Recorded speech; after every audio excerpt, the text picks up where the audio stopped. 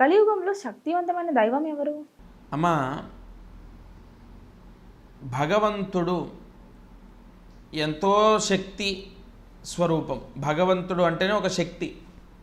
అందులో భేదాలు కానీ వర్గాలు కానీ లేదంటే మనకు ఈ భగవంతుడు శక్తిని ఇస్తాడు, ఈ భగవంతుడు ఐశ్వర్యాన్ని ఇస్తాడు, లేదంటే ఈ భగవంతుడు చాలా పవర్ఫుల్ అనడానికి ఏది ఉండదు. ఒకవేళ ఎవరైనా తెలియక ఆ ప్రశ్న వేసినా కూడా వారందరికీ నేను ఇచ్చే సమాధానము, మనం ఏ దైవాన్ని ఆరాధించినా ఆ దైవము అత్యంత శక్తి, అత్యంత మహిమలు కలిగిన దైవమైనటువంటిదే కన్ఫామ్గా. ప్రత్యేకంగా పేర్లున్నా కూడా దైవం అంతా కూడా ఒక్కటే. మనము మనసా వాచా కర్మణ ఫలానా ఒక శక్తి స్వరూపాన్ని మన మనస్సులో ప్రతిష్ఠ చేసి ప్రతినిత్యము కూడా ఆరాధించడం చేత ఇంకా శక్తి పెరుగుతుంది. అంటే ఎలానో తెలుసా? ఒక దేవాలయానికి యంత్ర ప్రతిష్ఠ చేస్తాం.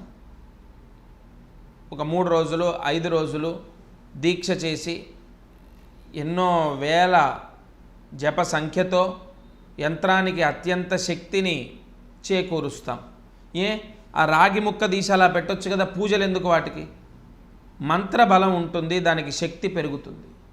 అలాగే మనము ఏ దైవాన్నైతే మనసా వాచా కర్మణ నమ్మి ఆరాధిస్తామో ఆ దైవాన్ని మనసులో ప్రతిష్ఠ చేసుకోవాలి.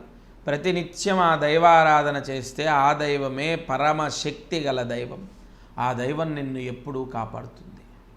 అంతే తప్ప వెంకటేశ్వర స్వామి చాలా పవర్ఫుల్, పరమేశ్వరుడు కొంచెం 80%, అమ్మవారు 60%, ఇలా ఎక్కడా ఉండదు, లేదు. తప్పకుండా ఈ మాటని విని ఆచరించి ఒక దైవాన్ని మనసులో ప్రతిష్ఠ చేసుకొని ప్రతి నిత్యము ఆయన ఆరాధన చేయటం చాలా మంచిది. జయ గురు దత్తాత్రేయ.